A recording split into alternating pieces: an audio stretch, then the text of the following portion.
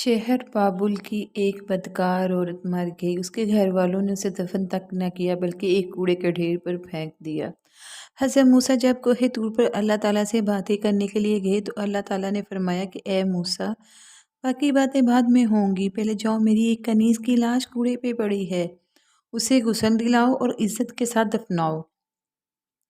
हज़रत मूसा कोहे तूर से वापस आए और बाबुल शहर में दाखिल हुए। तलाश करते करते एक जगह देखा कि एक कूड़े पर एक लाश पड़ी है और उसके इर्द गिर्द 4 कुत्ते रखवाली कर रहे हैं ताकि कोई दरिंदा लाश को पामाल ना कर सके। हज़रत मूसा ने उसके घर का पता पूछा और उनसे कहा कि लाश को उठाने में मेरी मदद करो।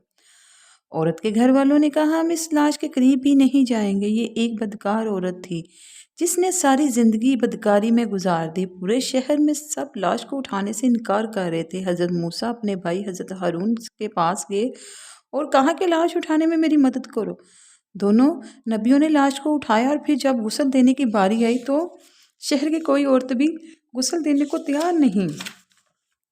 ये देखते हुए हज़रत मूसा अपनी जोजा और बहन को हुक्म दिया कि इस औरत को गुस्ल दो। गुस्ल के बाद अपने भाई हज़रत हारून की मदद से इस औरत को दफन किया। दफनाने के बाद आप वापस आ रहे थे तो शहर वाले लोग आपके सामने आ गए और सब मिलकर आपसे ये कहने लगे, ए मूसा, यहाँ तो हमें इस बात की वजाहत दो कि एक बदकार औरत को इतनी इज्जत से क्यों दफनाया, या फिर हमें ये बताओ वो जो कलमा जो आपने हमें पढ़ाया है आपको वापस करने आए हैं। हज़रत मूसा ने लोगों से फरमाया, ए शहर के लोगों, जो हुक्म अल्लाह ताला ने दिया मैंने उस हुक्म की तामील कर दी। हाँ, अगली बार जब मैं कोहे तूर पर गया तो तुम्हारे सवाल का जवाब मिल जाएगा। ये सुनकर लोग वापस चले गए। हज़रत मूसा कोहे तूर पर गए, ए मेरे परवरदिगार, इस शहर के लोग मुझसे इस बात की वजाहत मांगते हैं कि एक बदकार औरत को इतनी इज्जत से क्यों दफन किया गया। अल्लाह ताला ने फरमाया, ए मूसा, ये औरत तो वाकई बदकार थी और इसकी सारी ज़िंदगी बदकारी में गुजर गई, मगर एक दफ़ा ये कि ऐसी जगह से गुजर रही थी जहाँ पर एक कुत्ता प्यास की शिद्दत से मर रहा था।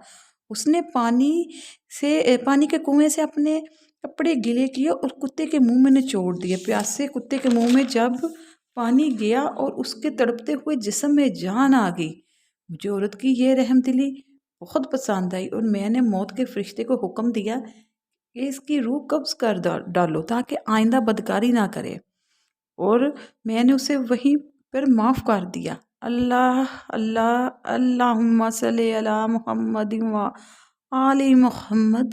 जैसे अल्लाह ताला ने इस औरत को माफ़ कर दिया, इस बदकार को माफ़ कर दिया, तो हमें इस कहानी से सिर्फ ये एक सबक मिलता है, वो जो गफूर रहीम है, वो जो अल्लाह है, वो जो बहुत ही रहीम है, आपके कितने ही गुनाह क्यों ना हो अल्लाह ज़रूर माफ़ करेगा। अल्लाह की ज़ात अगर आपकी किसी एक नेकी की वजह से खुश हो जाए तो वो आपको माफ़ कर सकती है। कभी भी अपने गुनाहों की बोझ की वजह से नेकी करना तर्क ना करें, बंद ना करें। क्या पता आपकी एक छोटी सी नेकी अल्लाह ताला को पसंद आ जाए और वो आपके सारे गुनाह माफ़ फरमा दे।